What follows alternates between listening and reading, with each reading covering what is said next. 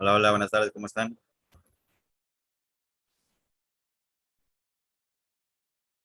Súper bien. Hola, hola. Tengo bajito el micrófono, creo. No, la bocina. Este,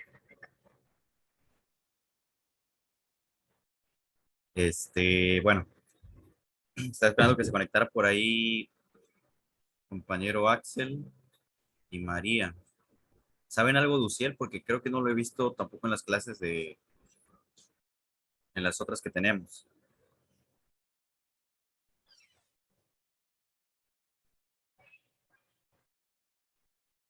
Nada, nada. Ok,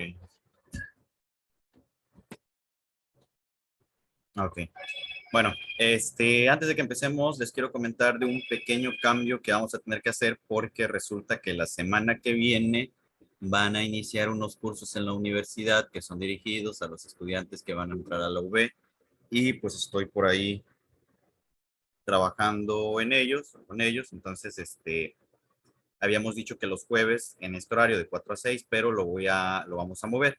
El movimiento va a ser a un horario que ustedes que ya tenemos, así que no afectaría como tal, nada más se extendería un poco, pero igual de todos modos me comentan por cualquier situación. Este, el de la semana que viene, que es el jueves, el del miércoles, pues no, el del martes quedaría así como lo trabajamos, me parece que esta semana. Tuvimos de 4 a 5 me parece, ¿no? El martes.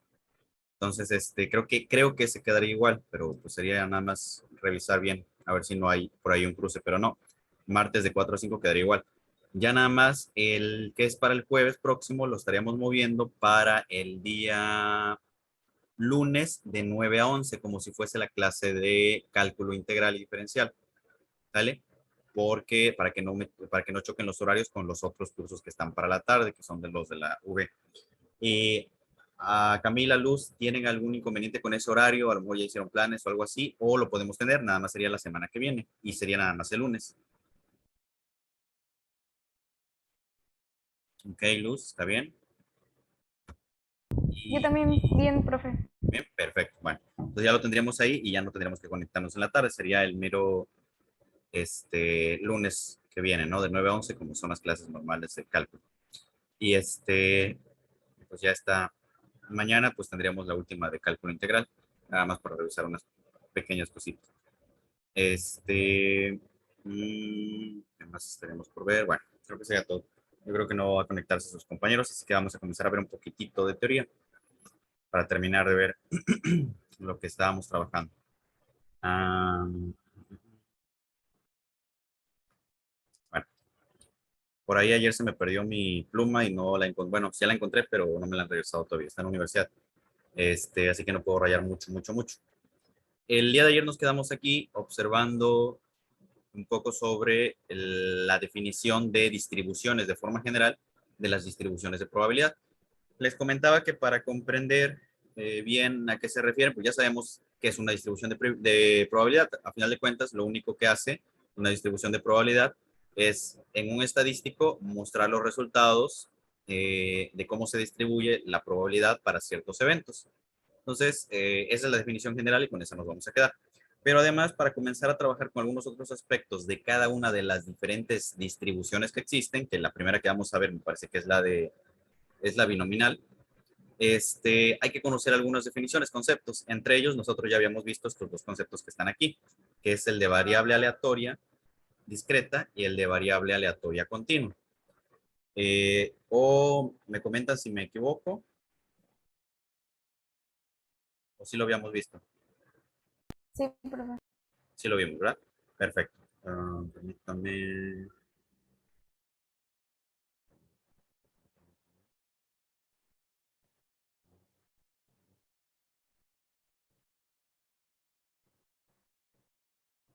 Bueno, estos dos conceptos, pues ya los conocemos, ¿no?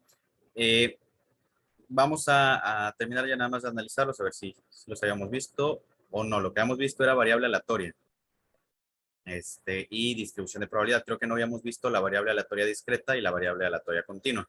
Estaba mintiendo, ya ven. Vimos variable aleatoria y vimos distribución de probabilidad. Ya yo les había comentado ayer que, pues, al ser variable, pues prácticamente se entiende, se sobreentiende que va a ser aleatoria, porque su valor, pues, no está definido. Va a depender de cualquier evento, cualquier situación.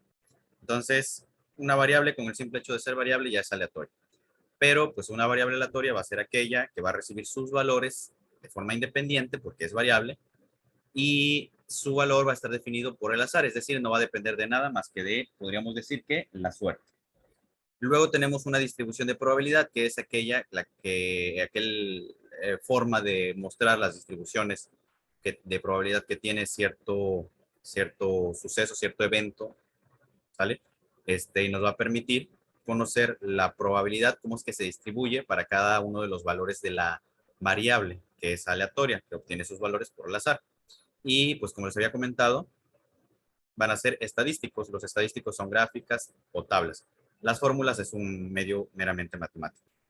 Vimos también este ejercicio que es tratado de la selección de los miembros del jurado. Les había comentado el día de ayer que en este caso la probabilidad, no estoy muy seguro de cómo se calculó, ¿vale? Qué método habrán empleado o qué razonamiento utilizaron, pero ese no es el punto central. El punto central aquí, porque ya no estamos estudiando las fórmulas para el cálculo de la probabilidad, pero aquí lo importante es observar cómo es que se ve un estadístico que muestra una distribución de probabilidad.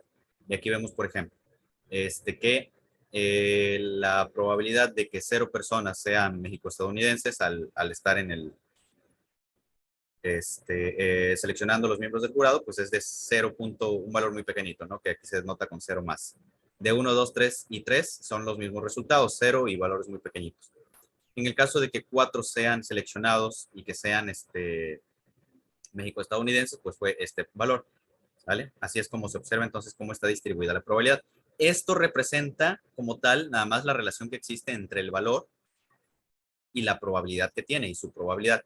Pero hay medios más eficaces para mostrar la distribución realmente. Por ejemplo, utilizando una gráfica, un gráfico. Por ejemplo, a lo mejor un gráfico de barras no me interesaría mucho, como por ejemplo uno que utilice polígonos, sería más apto para mostrar el comportamiento, como los que se utilizan para construir una curva de distribución, por ejemplo. Bueno, vamos a ver estas definiciones que están totalmente relacionadas con las que tenemos aquí arribita. Ya le voy a poner un poquito más de zoom para ir viendo. Ahí está, más acorde. Bien. Creo que Luz escribió en el chat. Luz, ¿usted puede hablar o nada más puede utilizar el chat?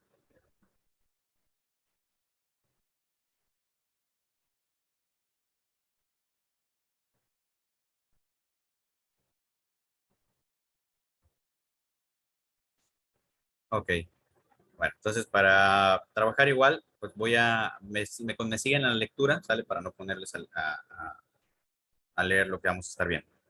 Bien, vamos a trabajar ahorita con estas dos definiciones y vamos a ver algunos ejemplos. Una variable aleatoria discreta. Acá vimos que son las variables aleatorias y acá vimos que es una distribución de probabilidad. Ahorita vamos a ver dos tipos de variables aleatorias. Ya sabemos que una variable aleatoria es aquella que va a tener cualquier valor definido por el azar. Ahora, ¿cuál es la diferencia entre una que es discreta y una que es continua? Es muy sencillo de definirlo, de hecho, bastante sencillo, porque una va a ser continua y la otra va a ser discontinua. La continua, pues es la variable aleatoria continua, en la que los valores, pues tienen una sucesión, mientras que los discretos tienen pequeños huecos. Ahorita vamos a ver cuál es la definición. Una variable aleatoria discreta va a tener un número finito de valores o un número de valores contable, donde el concepto de contable, permítame, donde el concepto de contable se va a referir al hecho de que podría haber un número infinito de valores. Podría, pero que van a asociarse con un proceso de conteo. Por ejemplo, 1, 2, 3, 4, 5, 6, 7, 8, 9, 10. Por ejemplo, los valores enteros. 2, 4, 6, 8, 10, cualquier sucesión de este tipo. Que nosotros podemos entender, obviamente, que se pueden extender los números enteros hasta el infinito sin ningún problema. Pero se pueden contar. No hay huecos, pero estos huecos no representan valores que se van a ir encadenando. Por ejemplo, ¿qué valor hay entre el 1 y el 2? Eso no nos interesa cuando hablamos de una variable aleatoria discreta. A mí me interesa que el salto es del 1 al 2, del 2 al 3, del 3 al 4. pero a mí no me interesa si hay un del 3 al 4, hay un 3.1, hay un 3.2, hay un 3.2222, hay un 3.3333, etc. ¿Sale? Entonces, las variables aleatorias discretas normalmente van a tener valores cerrados que vamos a poder contar. Mientras que una variable aleatoria continua va a tener un número que va a ser infinito también, pero estos valores se pueden asociar con mediciones en una escala que va a ser continua, de modo que no van a existir huecos o interrupciones. Entonces hablaríamos que hay una continuidad total entre el 1 y el 2, por ejemplo, y comenzamos con 1.1, luego 1.2, luego 1.3, bueno, perdón, 1.1, 1.12, 1.123, 1.1234 y así hasta continuar, de modo que vamos a estar analizando esos valores que hay entre el 1 y el 2 sin detenernos, ¿sale? Porque van a seguirse extendiendo, son decimales, no van a tener huequitos. ¿Qué valor estaría antes del 1.1 y lo que le puse? Pues, por ejemplo, podría estar el 1.01. ¿Y qué valor está entre el 1.01 y el 2? Pues el 1.001. Así, valores cada vez más pequeños sin importar qué tan pequeños sean, la cosa es que no va a haber huecos. Esos son los valores continuos y esos son los discretos. Para hacerlo más sencillo, pues podríamos decir que los enteros van a ser discretos y los que sean decimales van a ser continuos, que los decimales ya sabemos que también podrían ser, por ejemplo, algunas fracciones. ¿Okay? ¿Alguna duda con la definición de variable aleatoria discreta y variable aleatoria continua?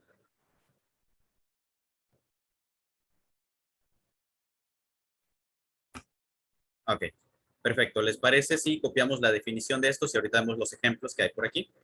Por favor. Veamos, les dejo un minutito y avanzamos, ¿sale?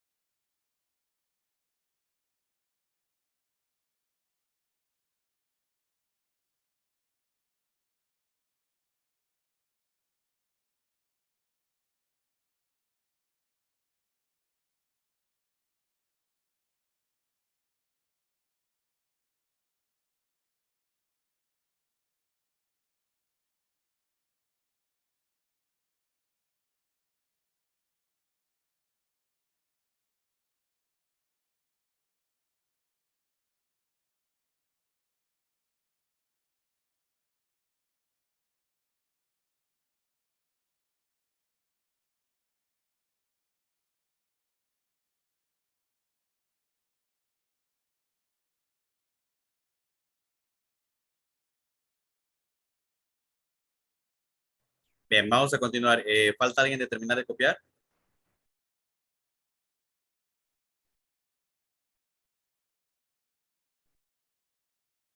Okay, bueno, creo que no, ¿verdad? Bien.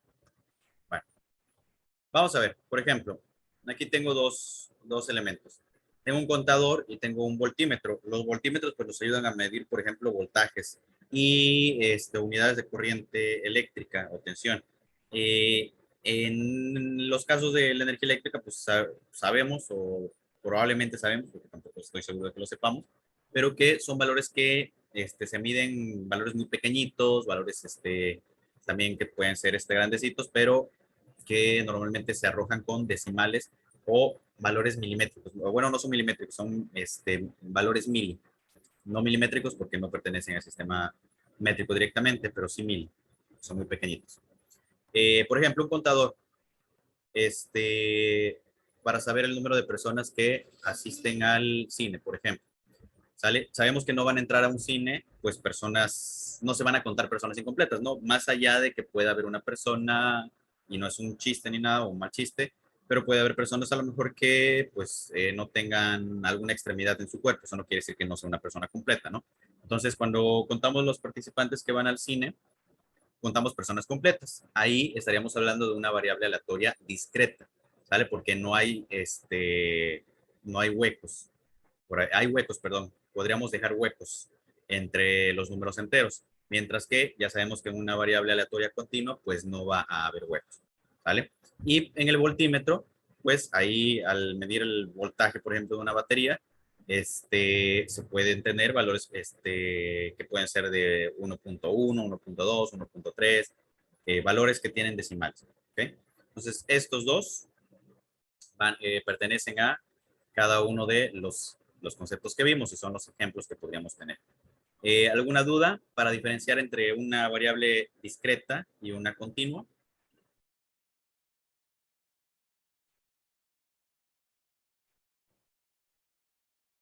¿No, verdad? Perfecto.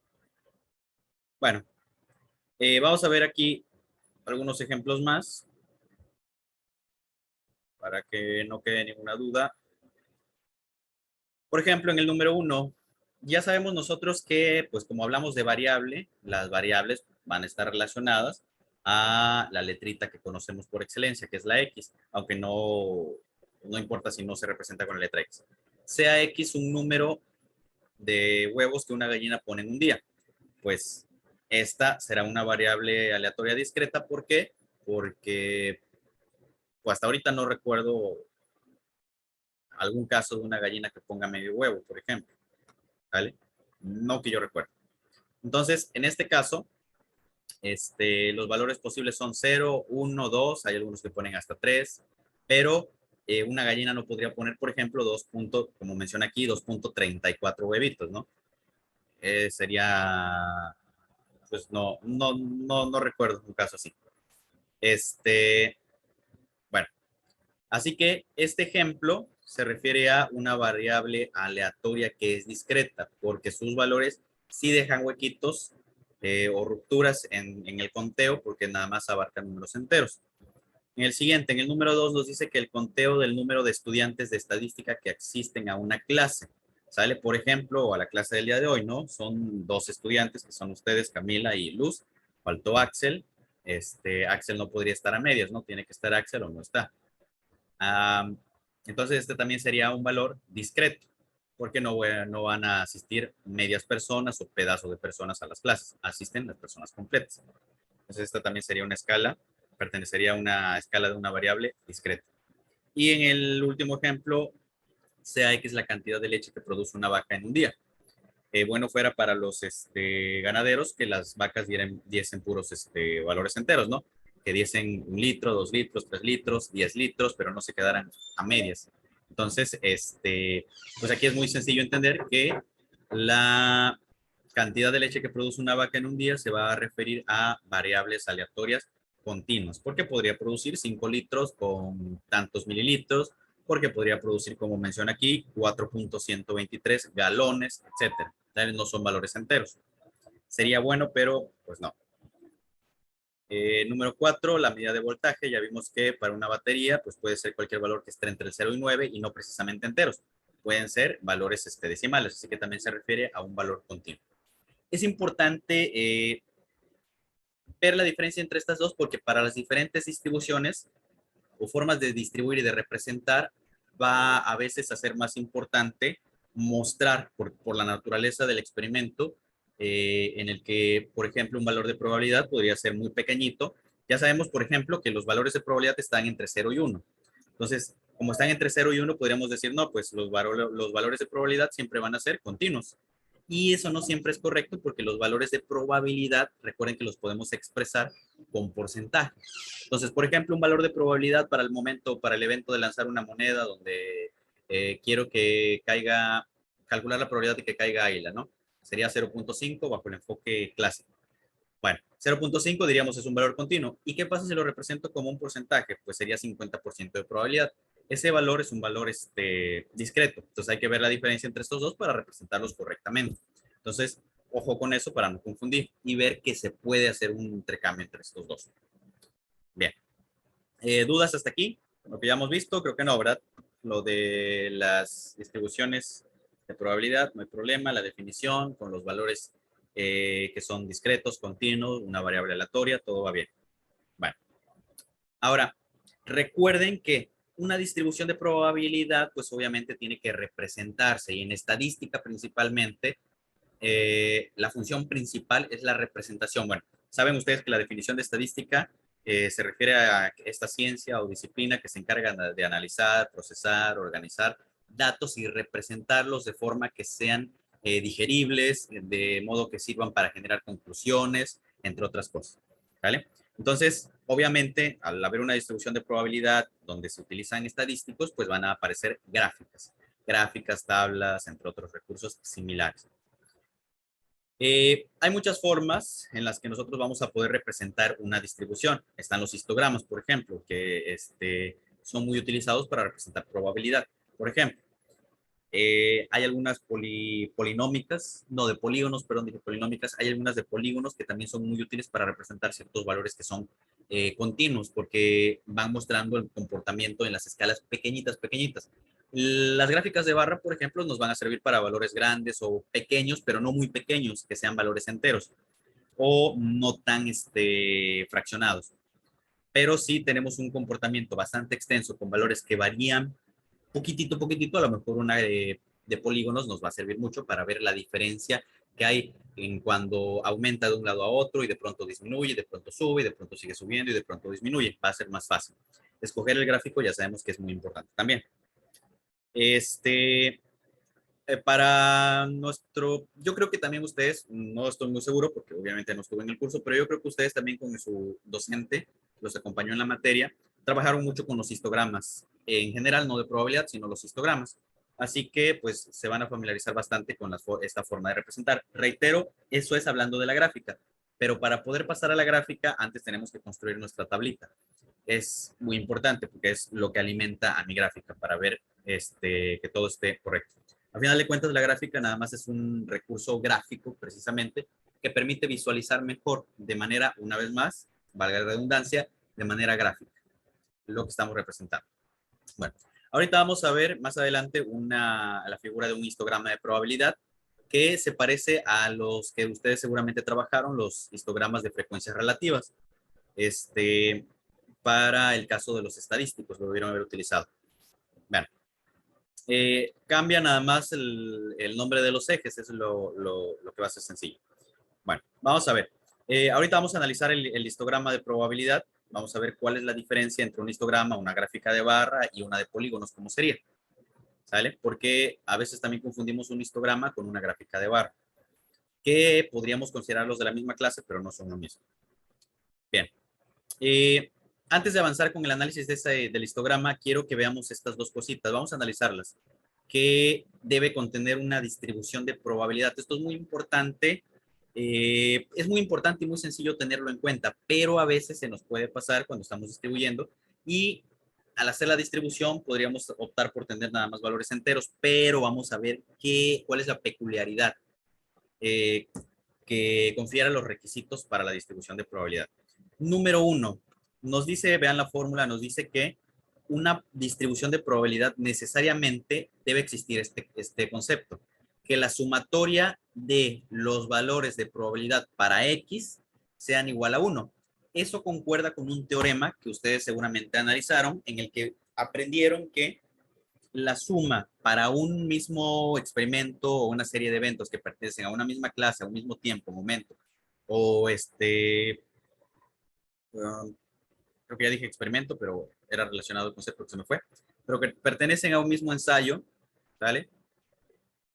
El teorema decía que la suma de todas las probabilidades para un ensayo, una serie de eventos de una misma naturaleza clase que se hace en un solo momento, tiene que ser igual a 1 como máximo o bien al 100% tratándose de valores porcentuales.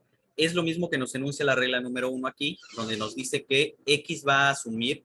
Recuerden que X asume los valores posibles para la variable, ¿sale? Por ejemplo, al lanzar un dado, ¿qué valores pueden caer? 1, 2, 3, 4, 5 y 6, ¿no? Esos son los valores que puede tomar la variable. Pero ¿cuál es la probabilidad de ocurrencia para 1, para 2, para 3, para 4, para 5 y para 6? Esos valores son los que van a dictar el cálculo de la probabilidad. Esas sumas de probabilidades tiene que ser como máximo igual a 1. ¿Sale? ¿Podría ser menor a 1? Sí podría ser menor a 1, pero quiere decir que estamos perdiendo por ahí algún factor en el cálculo de las probabilidades o posibilidades de algún evento. ¿Sale? Pero sí podría ser menor a 1.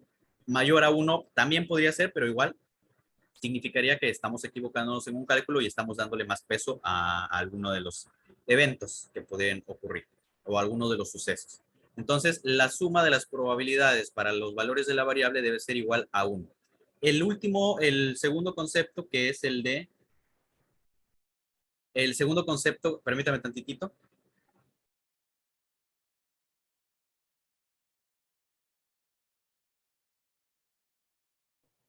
El segundo elemento, el número 2, nos dice que está muy sencillo comprenderlo, nos dice que 0 va a ser menor o igual que la probabilidad de X, que será menor o igual a 1. A final de cuentas nos dice que la probabilidad de cualquiera de los eventos se va a encontrar entre 0 y 1. No puede ser menor a 0 y no puede ser mayor a 1. Puede ser 0, puede ser 1, sí, eso es correcto, pero no puede ser menor a 0 y tampoco puede ser mayor a 1, que está totalmente de acuerdo con lo que decía el teorema aquel que les acabo de mencionar sobre que la suma de las probabilidades para una serie de eventos pues tiene que ser necesariamente igual a 1 y no más. ¿Alguna duda con estos dos elementos que son requisitos para una distribución de probabilidad?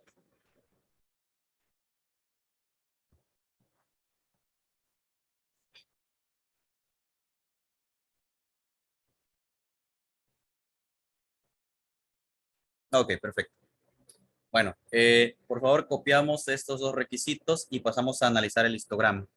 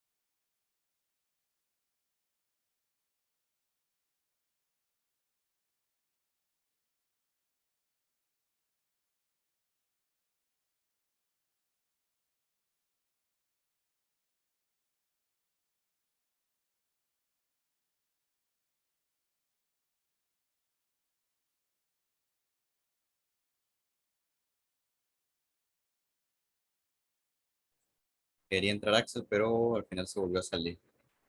Bueno, bueno, continuamos. Ahí está Axel, ya regresó.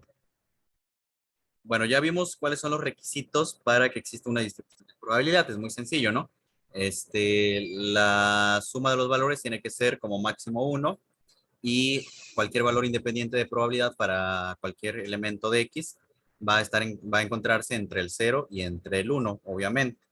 No, no existe tal cosa como tiene el doble de probabilidades. Sucede realmente no. En un experimento controlado y real, pues no existe tal cosa, ¿vale? O no debería, no tendría por qué existir. A veces puede ser que haya más posibilidades, pero no la probabilidad, porque la probabilidad se va a basar en valores que están todos centrados en un mismo tipo, una misma clase. Bien. Eh, Vamos a ver, este es el histograma al cual hace alusión. En un histograma de probabilidad, ¿quién me puede decir cuál es la diferencia entre un histograma como este y una gráfica de barras? Porque no son lo mismo. A ver quién recuerda cuál es la diferencia.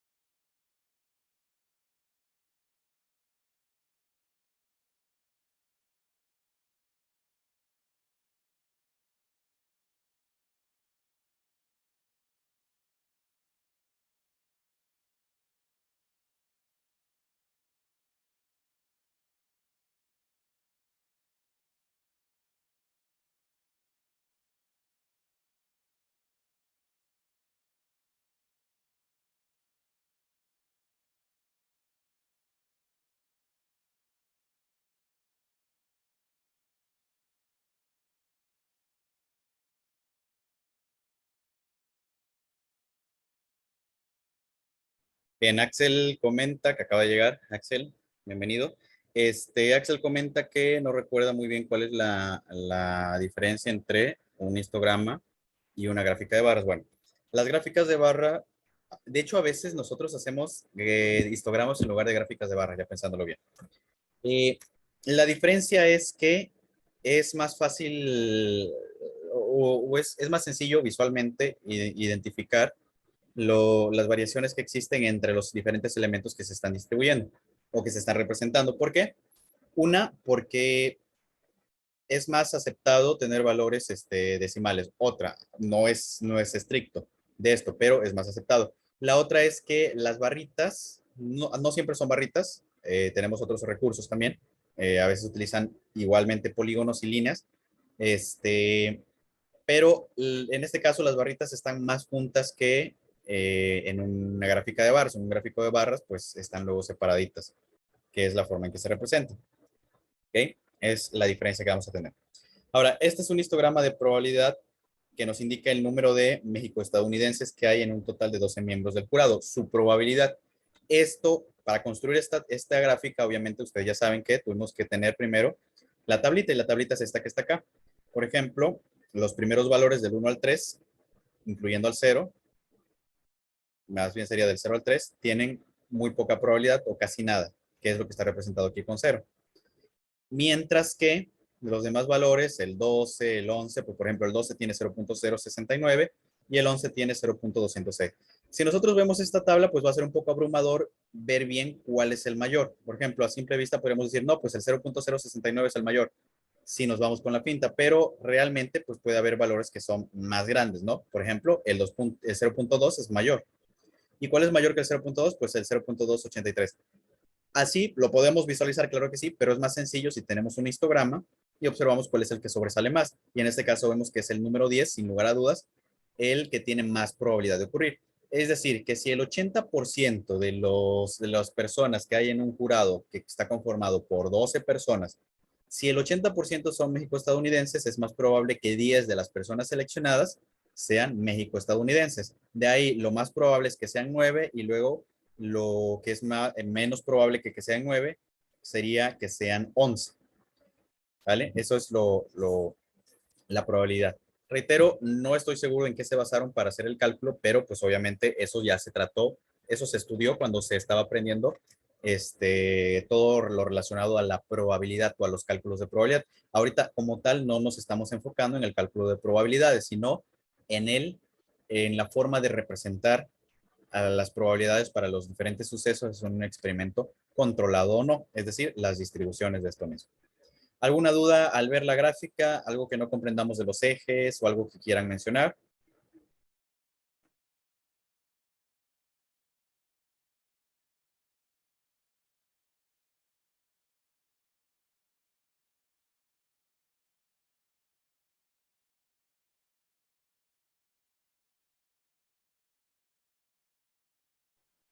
Ok, perfecto. Bien, voy a bajar un poquito. Ya analizamos todo. Bueno, aquí podríamos observar, no hace falta mencionarlo, ¿no? Pero, por ejemplo, si nosotros sumamos los valores, más bien acá, si hacemos la suma de todos estos valores, creo que más abajo está, no recuerdo muy bien si es el mismo ejemplo o es otro, pero la suma de todo esto, de los de la derecha, es decir, de los valores de probabilidad para cada uno de los sucesos, no va a ser mayor a 1, ¿sale? Máximo va a ser 1. Me parece que aquí, como aquí hay valores muy, muy pequeñitos, puede ser que incluso no de 1, pero no va a ser mayor a 1 y tampoco va a ser menor a 0. Bueno, bajo un poquito más y ahora sí. Veamos. Por acá tenemos una preguntita. Nos dice, la tabla 5.2, que es esta que está de este lado, ya obviamente están viendo la respuesta, ¿no? Porque lo estoy proyectando. Pero nos pregunta si describe una distribución de probabilidad. Más allá de, este, de ver la respuesta, vamos a analizarlo. La tabla 5.2 parece que es una distribución de probabilidad. Parece, pero recuerden que para que una distribución de probabilidad exista se necesitan estos dos requisitos. El 1 y el 2 que tenemos aquí, lo de la sumatoria de las probabilidades, la sumatoria de las probabilidades y el lugar donde van a estar los valores de probabilidad. Esta tablita cumple con el criterio número 2, el que dice que cada uno de los valores de probabilidad para cada uno de los sucesos, pues se va a encontrar entre 0 y 1, pero no va a ser mayor a 1 ni menor a 1. Vemos que 0.2, 0.5, 0.4 y 0.3 sí se encuentran entre 0 y 1, no hay duda de eso. El otro criterio que tiene que existir es que la sumatoria de todas las probabilidades tiene que ser como máximo 1, o en realidad tendría que ser igual a 1, porque se trata de un mismo experimento donde todas las variables juegan el mismo papel o están en el mismo juego. Por ejemplo, aquí tenemos los valores para x, 0, 1, 2 y 3, y para el valor de 0, 0.2, para el valor de 1, 0.5, para el valor de 2, 0.4, y para el valor de 3, 0.3. Con el segundo criterio sí cumple. Ahora, el primero es que sumando todo esto tiene que ser igual a 1. Si hacemos la sumatoria de las probabilidades de cada uno de los sucesos, tendremos 0.2 más 0.5 más 0.4 más 0.3, que nos da como resultado 1.4. Lo que nos indica que la sumatoria de las probabilidades es diferente a 1. Como es diferente a 1, no cumple con el criterio 1 y al no cumplir con el criterio 1, no existe una distribución de probabilidad correcta. Se parece, es una tabla prácticamente con los mismos elementos que la tabla que está acá arriba. Muestra distribución, muestra valores de probabilidad, correcto, muestra distribución también, aunque no la distribución correcta, y muestra los valores de la variable, pero no cumple con el primer criterio. Por lo tanto, no es una distribución de probabilidad. ¿Alguna duda hasta ahí?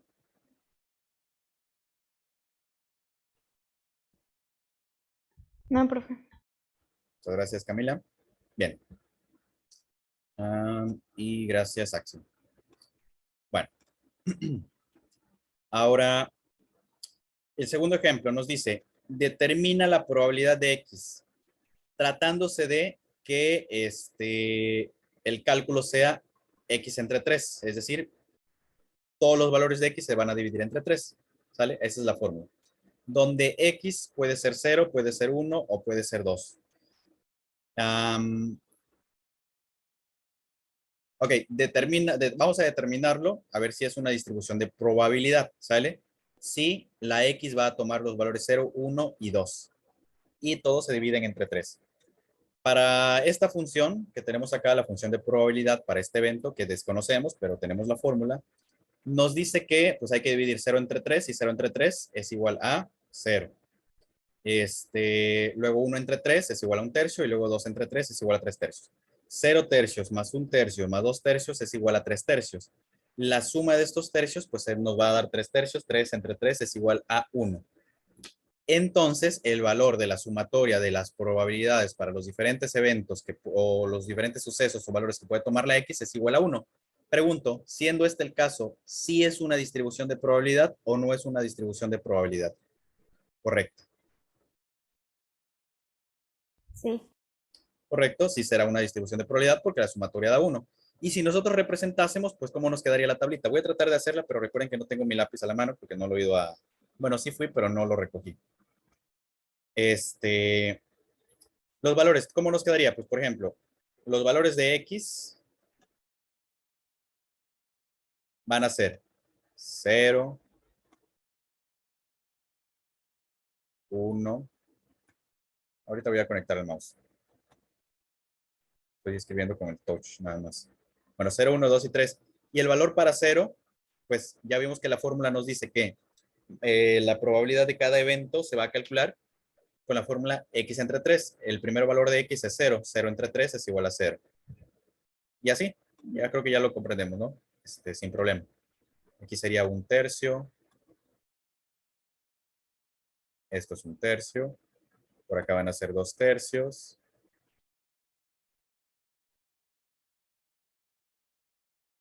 Y por acá van a ser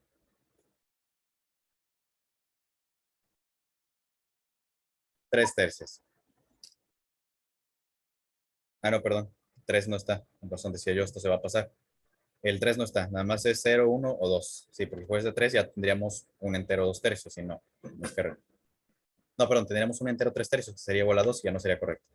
Bueno, entonces así es como nos quedaría, por ejemplo, si construyésemos la tablita. Y luego al construir la gráfica, ya sea el histograma o bien una de polígonos, pues ya más o menos nos quedaría algo así como el 0 va a tener 0, el 1 va a tener 1/3 y el 2 va a tener 2/3. Por acá sí.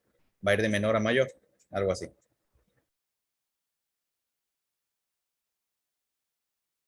Algo así se vería, ¿sale? Lo podemos visualizar sin necesidad de hacer. Bueno, vamos a avanzar, nada más déjenme conectar mi mouse, ¿sale?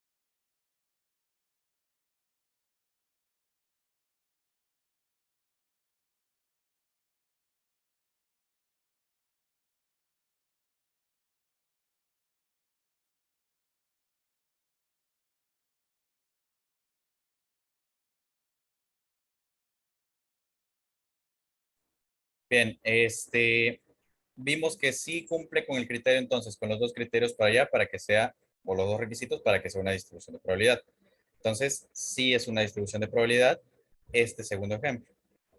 Ahora, quiero hablar de estos conceptos que ustedes ya conocen, pero los voy a hablar de forma general, porque como tal, ya los conocen, nada más que aplicados a valores de estadísticos, valores menos complejos en realidad, pero ya conocen los conceptos.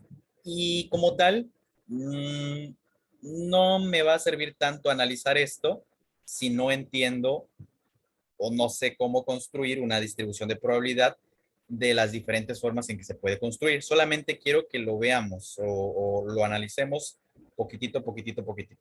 ¿Vale?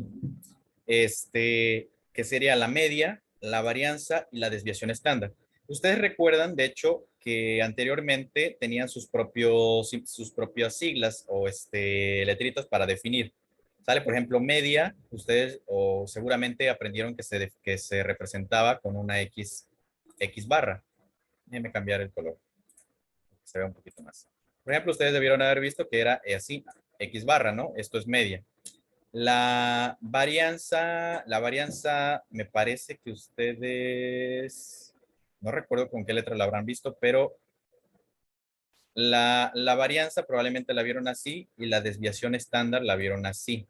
Con una S al cuadrado es la varianza y la S es la desviación estándar. Probablemente esa es la notación que ustedes utilizaron. Probablemente. ¿Vale? Bueno, y es muy similar aquí, cambia un poquitito. Y nada más quiero que lo analicemos para refrescar en a qué se refiere cada una de las cosas. Bueno, la media es lo más sencillo, ¿no? La media ya sabemos que es el valor que se va a posicionar justo al centro de un conjunto de datos. Justo al centro. Justo a la mitad. Así y a la mitad así. Realmente no importa si la mitad no está aquí, pero la mitad normalmente, si sobre este eje están los valores que yo estoy analizando, entonces va a estar a la mitad. Si sobre este eje están los valores que yo estoy analizando, entonces va a estar aquí a la mitad. Depende de dónde estén los valores, ¿sale? Pero siempre van a encontrarse al centro. Esa es la media. La conocemos muy bien porque es la media aritmética o es el promedio que utilizamos, que es el valor que se encuentra justo al centro, ¿vale? De un conjunto de datos. Entonces, muy sencillo. Con eso no hay problema. Son las medidas de tendencia central aplicados a las distribuciones de probabilidad. Ahora, sabemos que se pueden analizar, ¿por qué? Pues porque hay gráficas, porque hay valores, porque hay tablas. Y como hay tablas y hay valores, pues hay valores que están al centro, aquí y aquí. Ahora, la varianza y la desviación estándar, ¿en qué me van a ayudar aquí en este tipo de ejercicio? Bueno, la varianza y la desviación estándar pertenecen a un tipo de medida muy interesante en estadística y en probabilidad, sobre todo en estadística, porque nos permite conocer, a diferencia de la media, que nos permite conocer cuáles son los valores que más aparecen o que más se repiten o que están más enfocados en el centro y que van a tener, por lo tanto, mayor tendencia a aparecer. A diferencia de ello, las varianzas y la desviación estándar pertenecen a ese grupo de las medidas de desviación o que nos permite ver precisamente qué tanto varían los valores entre sí con respecto a la media. Es decir, si nosotros tenemos un conjunto de datos, por ejemplo, el número 1, voy a ponerlo así, el número 2, el número 3, el número 4 y el número 5, y saco el promedio de esto, sería 1 o la media. Entonces aquí diría que X barra para este conjunto de datos es igual a 1 más 2 más 3 más 4 más 5 y todo esto entre 5, es decir, 9, 10, 11, 12, 13, 14, 15. 15 entre 5 es igual a 3. Quiere decir que la media entonces es igual a 3. Ahora, una medida de variación, una medida de dispersión, que es como se conocen con el concepto, o la llaman medida de variación o de dispersión, nos va a decir qué tanto varía cada uno de los valores. Por ejemplo, qué tanto varía el 1 con respecto a la media. Si la media es 3, pues ¿cuánta variación hay? Pues del 1 al 3 hay 2, por ejemplo. ¿Sale? Saco la conclusión y bueno, está bien. Del 2 al 3 hay 1, del 3 al 3 pues hay 0, no hay variación aquí. Del 4 al 3 hay 1 y del 5 al 3 hay 2. Entonces, la variación que tienen los datos con respecto a la media, por ejemplo, los extremos, el 1 y el 5, que son los extremos, pues van a ser de 2, tienen una variación de 2. Los que están más al centro, un poquito más cerca de la media, pues van a ser de 1. Y el valor que está justo al centro no va a presentar variación con respecto a la media, porque está justo al centro. ¿Vale? Eso es lo que nos permite conocer la varianza. ¿Para qué me va a servir? Bueno, ya aplicado, la cosa es un poquito más extensa porque se puede aplicar a muchísimos casos. Se habla mucho, por ejemplo, de los eventos que tienen una distribución normal. ¿Por qué es muy importante una distribución normal o valores que tienen una tendencia normal? El nombre lo dice.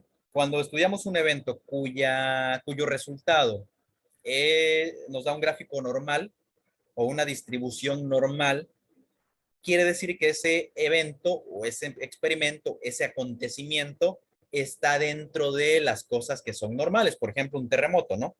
Si vemos un terremoto en una escala entre el 0 y el 6, no recuerdo entre cuánto está, pero entre el 0 y el 6, vamos a decir que tiene un valor, fue un terremoto normal de los que han ocurrido en lo que tenemos memoria de la existencia del planeta, ¿no? Por ejemplo. Pero ¿qué es lo que pasa si vemos un terremoto que tiene un terremoto con un temblor, por ejemplo, perdón, estoy hablando de terremotos, un temblor de 10 en la escala que se utilice, que es diferente ya porque normalmente están entre el 0 y el 6, 0 y el 7. Un valor de 10 ya sería fuera de esos valores que están normales. Entonces, ¿para qué me ayuda? Me ayuda a entender entonces que ese 10 no se encuentra dentro de los valores que están en la distribución normal. Por lo tanto, pues nos va a alarmar en diferentes cosas. Por ejemplo, nos podría indicar que es muy probable que la Tierra se fracture o que ocurra un tsunami o que se extinga tal animal, no sé, cualquier cosa que se pueda concluir a partir de ese acontecimiento. Lo importante es que nosotros al analizarlo en estadística y en probabilidad, vamos a entender que ese acontecimiento no es normal y al no ser normal, este, pues va a implicar algún acontecimiento no frecuente. Ahora, ¿y dónde se queda la gráfica, por ejemplo, de distribución normal? Pues me va a permitir, mediante las medidas de variación, me va a permitir a mí conocer qué tan anormal es ese acontecimiento en el que hay un temblor de 10 en la escala utilizada. Entonces, a ver, el 10, normalmente la media de los temblores vamos a suponer que sea 4, ¿no? 4. Donde el temblor más pequeño fue 1 en la escala de Richter o la escala que se utilice y no representó mucho peligro. Entonces, del 1 al 4, que sería la media, suponiendo que sea la media, hay una entonces variación de 3. Y entre el mayor, pues que fue de 6 o 7 en la escala de Richter, me parece, creo que fue de 7, que es el más grande que se conoce, pues es de aproximadamente 3 también, ¿sale? En el caso del mayor, fue de 3. Entonces, la variación que presenta, la variación normal que se presenta es de 3. El 10, ¿qué variación tiene? No, pues entre el 10 y el 4 hay es 6, que es el doble del mayor. Pues es un riesgo bastante alto. Todas esas cosas se pueden concluir a partir de ello. Eso sería aplicado, por ejemplo, a un temblor. Lo podríamos aplicar, por ejemplo, en el caso de los latidos del corazón, una arritmia. ¿Cómo se detecta una arritmia?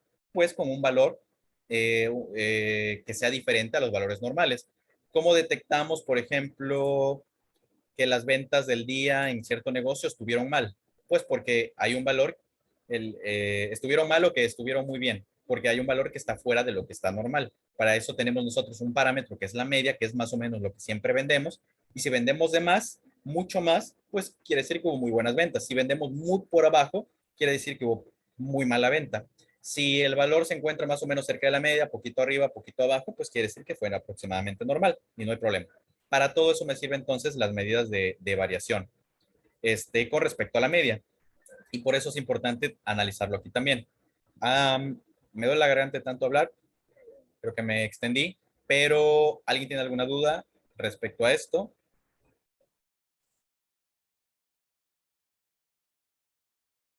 No, Perfecto. Muchas gracias. Bueno, vamos a bajar un poquitito para ver las fórmulas. No tiene mucho caso analizar las fórmulas, ¿no? Porque son fórmulas que se aplican. La media, pues muy sencillo. La media ahorita hay ejemplos por acá abajo. La media que se representa con, no recuerdo muy bien el nombre de este micro, no recuerdo muy bien cómo se llama, ahorita lo buscaremos. Está en el abecedario griego, a ver, déjenme buscarlo para no mentirles. Se me olvidó cómo se llama. Ahorita lo busco y después se los comparto. ¿Cómo se llama esa letrita?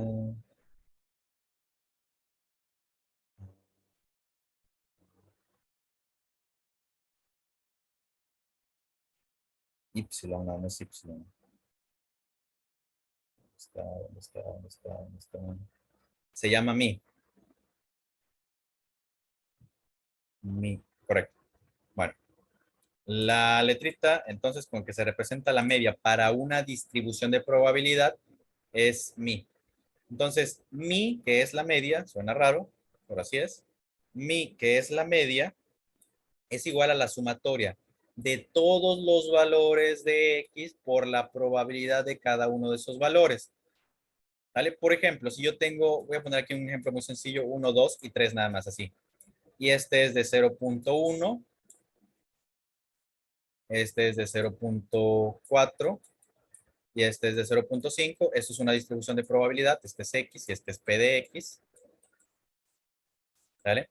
0.1 más 0.4, 0.5 más 0.5 es igual a 1. Y 1, 2 y 3. Entonces ya está. Es una distribución de probabilidad pequeñita. ¿Cómo se calcularía la media de esta distribución? Pues muy fácil. Nos dice que mi, es decir, la media, es igual a la sumatoria de las X por la probabilidad que le corresponde. Entonces sería este por este por este y este por este sumados. Entonces sería así. Sería 1 por 0.1, pues 0.1. 2 por 0.4 sería 0.8. 3 por 0.5 sería 1.5. Ahora nos dice que la sumatoria de esto es X por P de X, ¿eh? X por P de X. Esos son los resultados. Entonces me dice sumatoria, pues yo lo sumo. U.1 más 0.8 más 1.5 me va a dar como resultado, pues fácilmente observamos que se trata de 1.4, 2.4 por aquí. ¿Vale? 0. Perdón, 2.4, sería 2.4. Entonces, la media no aritmética, la media de la distribución de probabilidad es 2.4. Así de sencillito. ¿Vale? Para este caso. Me está doliendo la garganta un poquito, espérame un poquito. Un poco de agua. Bueno, así es calcularíamos la media, ¿sale? Para esta distribución de probabilidad. Entonces, el valor medio es de 2.4. Por aquí me parecería que haría falta una división, pero ahorita voy a analizar si a lo mejor, ay no, ¿qué dice aquí? Si a lo mejor hay un error por ahí. Quiero borrar eso. Bueno, pero así se calcularía siguiendo la fórmula. Por eso digo que no necesitamos parar mucho aquí en la fórmula o en las fórmulas. Igual la varianza que serían estas dos fórmulas para calcular la varianza, y esta sería de la desviación estándar, pues tampoco representan mucha complejidad, ¿no? Ya teniendo los valores, pues nada más se sustituye y se calcula. Así que no me voy a detener en eso, porque de eso en eso ya se enfocaron mucho en el parcial 1 y el parcial 2 seguramente. Hubieron muchas formas. Así que ya nada más las enuncio aquí y más adelante, si es necesario utilizarlas, pues las utilizaremos. Pero ahorita nada más quiero que sea un reconocimiento de. Aquí están los fundamentos de la fórmula, no me interesa como tal, tampoco el redondeo desde que estudiamos matemáticas ya sabemos cómo hacer. Tampoco nos va a interesar la parte del intervalo porque eso solamente cuando representemos un comportamiento en una distribución que sea normal. Y ahorita todavía no hemos construido ninguna distribución, entonces todavía no caemos en cuenta. Aquí, por ejemplo, la tabla 5.3 creo que es la que estaba por acá. Voy a buscarla nada más para saber los valores. No creo que ni siquiera está aquí la tabla 5.3. Esta es la 5.1. 5.2 y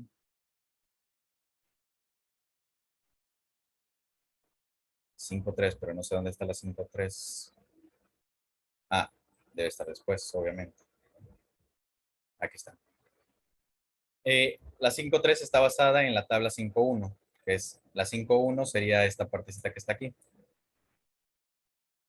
Y estos son los valores con los que se calcula, por ejemplo, la media. ¿Qué es lo que se hizo? 0 por 0, 0 por 1, 2 por 0, 3 por 0 y luego 4 por 0.001. Y aquí está X por P de X. ¿Vale? Y aquí están los demás elementos que se necesitan para la desviación y para la varianza. Ahora, para la pura media, pues vean que se calcula y luego se suma y esta sería la media. Eso es el valor medio de este conjunto de datos, ¿vale? La media de probabilidad. Ahora, de la distribución de probabilidad. Ahora, aparte de eso, pues se calcula la varianza, por ejemplo, que es lo que tenemos acá, ¿vale? Que es esto que está aquí. utilizando esto de acá. Pero bueno, igual, además lo menciono para ver a qué se refiere cada una de estas cositas y cómo es que los valores pues ahí van, aproximados.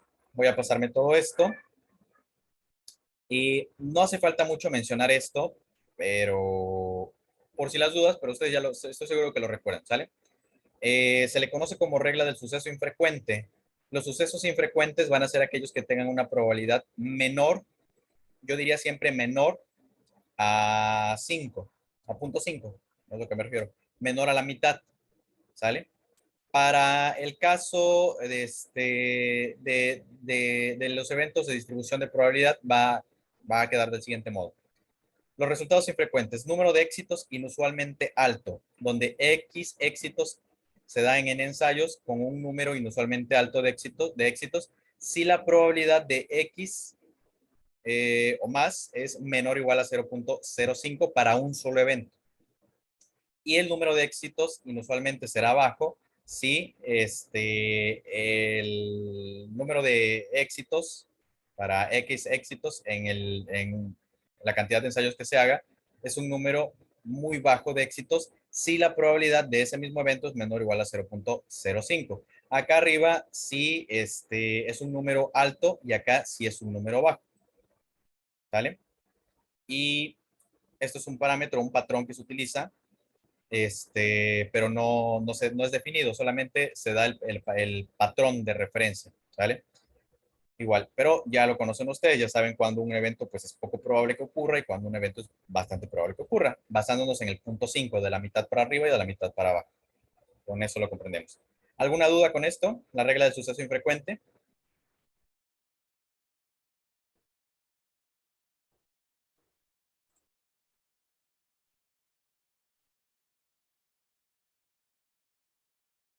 Ok. Este,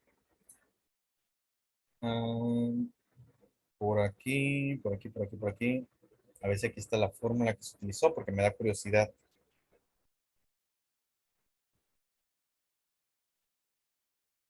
7 de 12 es 7 menos mexicanos. Es menor o igual a 0.05. Si nos remitimos, bueno, no, aquí no está la forma.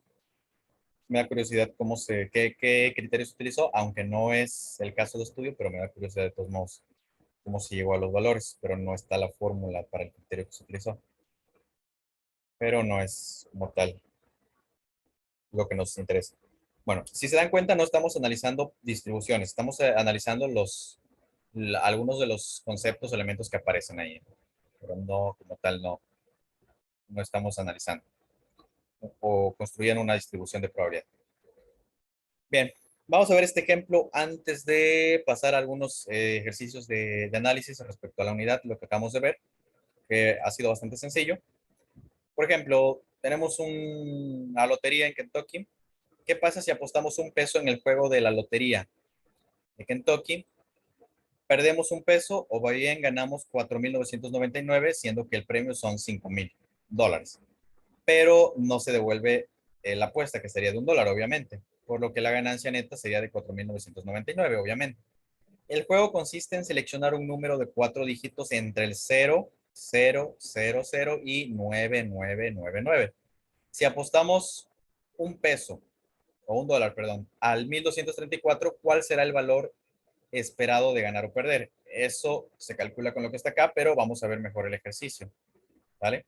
Aquí es el valor esperado para el caso de la probabilidad, que sería, si se fijan, es la misma fórmula que se utiliza para calcular la media, ¿vale? Que es el valor esperado, porque esa es la media, la media es el valor más probable porque es el valor medio, ¿ok? Bueno, si se apuesta, entonces, ¿cuál es el valor esperado de ganar o bien de perder? La media. Pues vamos a ver. Para la apuesta existen dos resultados. Perdemos $1 o ganamos 4,999. Si existen 10,000 posibilidades. ¿Cómo sabemos que existen 2,000 posibilidades? Porque si se calculó la cantidad de combinaciones a lo mejor, ¿no? 10,000 posibilidades de números de 4 dígitos y solo una de ellas va a representar el número ganador, es decir, el 1234 que se ha seleccionado, que es de 4 dígitos, ¿sale? La probabilidad de perder es de obviamente va a ser de 9.999 entre 10.000. ¿Por qué 9.999? Pues porque hay esta cantidad de dígitos entre los 10.000 que se pueden formar, que es la que está por encima. Esa sería la probabilidad de ganar y la probabilidad de, perdón, la probabilidad de perder, y la probabilidad de ganar obviamente va a ser de 1 entre 10, los mismos 10.000, ¿vale? Porque son 10.000 posibilidades que ocurren. De que ocurre. 9.999 y entre 10.000 y 1 entre 10.000. Por acá vamos a ver el conteo que se hace con la fórmula. Bien, y el suceso sería perder $1 y el otro es ganar 4.999. La probabilidad de que ocurra, el primero es de 0.9999, que se da, pues, de dividir 9.999 entre 10.000. Y la probabilidad de que ocurra el otro, que es de ganar los 4.999, es el resultado de dividir 1 entre 10.000, que sería este valor que tengo acá. El que tenemos por acá arriba se queda con, es medio extraño que se quede con un valor negativo, ahorita vemos por qué, pero ya sabemos que no debería suceder algo así. Hacemos la suma y nos queda 0.50 ya. ¿Sale? La suma no representa nada de problema. Y nos deja 50 centavos. O sea que este valor, ¿qué sentido tiene este valor? Vamos a ver. Si tenemos un juego, es un juego individual, y en este juego, pues perdemos o bien obtenemos, pero hay un valor esperado que indica al final qué es lo que esperamos en promedio, ¿sale? Entonces, en promedio se esperan dos cositas, que es la mitad. El dólar que nosotros estamos apostando se va a dividir entre dos, o gana o pierde. Lo que ganemos o lo que perdemos, pero pues se parte en dos. Nos puede hacer ganar o nos puede hacer perder. ¿Sale? Eh, y eso es lo que tenemos aquí como resultado, los 50 centavos, porque es de la apuesta de $1, pues 50 centavos están repartidos en ganar y 50 centavos está repartido en perder a cualquiera de esos dos lados. ¿Sale? Así es como se representaría aquí. Ahora, si analizamos así nada más esta tabla, muy interesante es que no nos da como tal un resultado de probabilidad aceptable dentro de los parámetros de probabilidad que nosotros ya hemos aprendido. ¿Por qué? Porque no estamos hablando aquí del cálculo de probabilidad. El cálculo de la probabilidad es este que está aquí. Este es el cálculo de la probabilidad. Pero, y eso está correcto, porque 0.9999 más 0.0001, pues sí me va a dar 1. Eso es correcto. Pero el resultado no me dice la probabilidad, me dice hacia dónde está inclinado por la probabilidad, hacia dónde está inclinada el resultado que esperamos con base en la media, porque esta fórmula, pues recuerdan ustedes que es la fórmula de la media, ¿vale? Para todo. Y eso es lo que se esperaría, un 50 centavitos. Cambiaría el resultado si nosotros pusiésemos el dólar perdido como positivo, es decir, como un valor que nosotros estamos colocando, ya muy aparte de que el flujo sea negativo en nuestro bolsillo. Sí cambiaría el valor, obviamente, pero no el resultado, porque se sigue esperando que el peso, el dólar, se reparte en 50 centavos y 50 centavos a favor y en contra, más allá de las posibilidades de ganar o perder que hay. ¿Okay? Bien. Y listo, con eso terminamos ya nada más analizando los conceptos que nos van a ayudar a entender todo lo que tiene que ver con las distribuciones que vamos a estar analizando y las construcciones que vamos a hacer en lo que nos dé tiempo, claro. Bueno, vamos a hacer estos ejercicios que están por acá. Déjenme ver, sí, así es. Hasta donde había visto que teníamos que hacer. Bueno, vamos a resolver primero del 1 al 4. Sale primerito del 1 al 4. Vamos a hacer lo siguiente, vamos a escribir ejercicios en nuestra libretita, ejercicios, y vamos a escribir número 1 y vamos a escribir solamente la respuesta, no hay que copiar todo.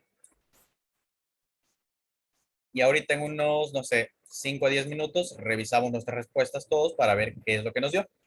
¿Alguien tiene alguna duda con las instrucciones para esta actividad?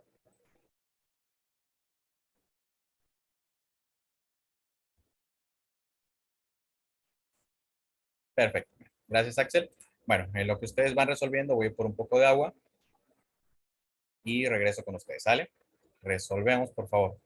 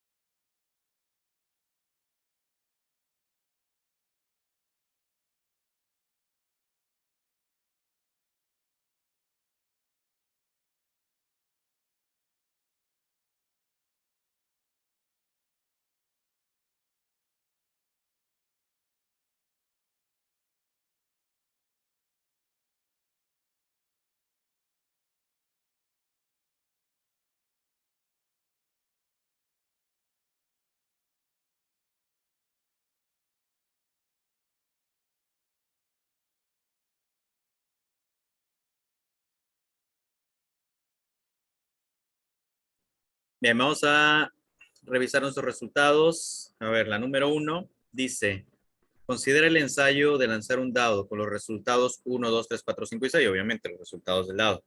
Vamos a construir la tabla que represente la distribución de probabilidad para cada uno de los eventos. Aquí importante mencionar que no nos dice cuántos ensayos se van a hacer. Vamos a suponer que vamos a calcularlo por el enfoque o el método clásico de probabilidad, es decir, el valor entre la cantidad de posibilidades que tiene, es decir, para todo se va a dividir entre 6. Sabemos que la probabilidad de cada uno de los eventos será de un sexto, entonces vamos a tener, en nuestra tablita nos debió haber quedado del 1 al 6 y del lado derecho un sexto. Estoy buscando el mouse, permítame. Ya. Nos tuvo que haber quedado así, de un lado X, del otro lado P de X. En X tienen que estar todos los valores del 1 al 6, 2, 3, 4, 5, 6. Y acá tienen que estar todos con un sexto. ¿Sale? Un sexto, un sexto, un sexto, un sexto, un sexto. De manera que si sumamos 6 sextos nos da igual a 1. 6 sextos es igual a 1. ¿Dudas con el resultado de este ejercicio del número 1?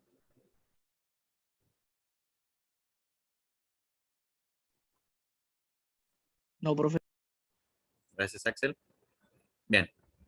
Número 2, distribución de probabilidad. Uno de los requisitos de una distribución de probabilidad es que la suma de las probabilidades debe ser 1. Se permite una pequeña cantidad de variación por errores de redondeo. ¿Cuál es la justificación de este requisito? No lo leímos como tal, pero eso es de matemáticas, ustedes lo saben muy bien. ¿Cuál es la justificación de que haya un error de redondeo? Pues que somos seres humanos, que nos comemos decimales, a lo mejor no consideramos correctamente el redondeo, y eso puede hacer que nos dé un valor, como les dije, un poco por debajo de 1, por ejemplo, 0.99 o un poco por arriba, 0.01, por los decimales que nos comemos. Esa sería la justificación, ¿sale? Esa respuesta está muy sencilla. Pero lo ideal es que la suma sea 1 o menor a 1, porque si nos da un poquito arriba de 1, pues podríamos estar sobreestimando algún resultado. Número 3. Bueno, ¿dudas con la número 2?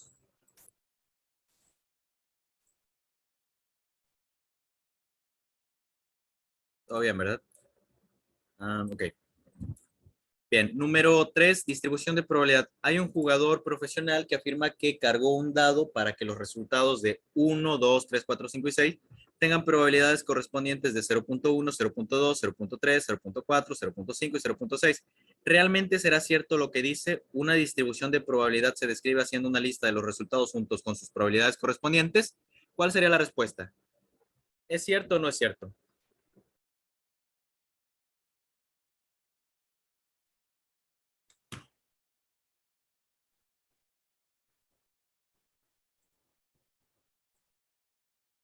¿Quién da la respuesta por el desaparecido Uciel?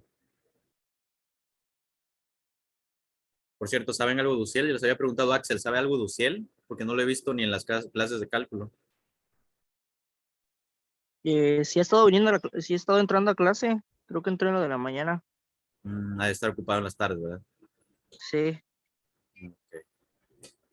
Bueno, ¿y cuál sería la respuesta para el número 3? ¿Sí o no?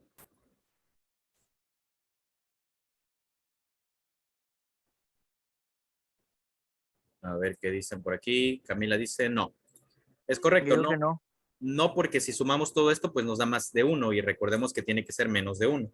Entonces, la respuesta sería que no. Y además no hay forma de cargar un dado para que al lanzarlo al azar, pues nos dé esos resultados. Si no, ya no sería azar. Estaría controlado el experimento, demasiado controlado. Número 4, valor esperado. Un investigador calcula el valor esperado del número de niñas en 5 nacimientos y obtiene un resultado de 2.5. Luego redondea los resultados a 3 al afirmar que no es posible que nazcan 2.5 niñas en 5 nacimientos. ¿Es correcto este razonamiento? ¿Sí o no?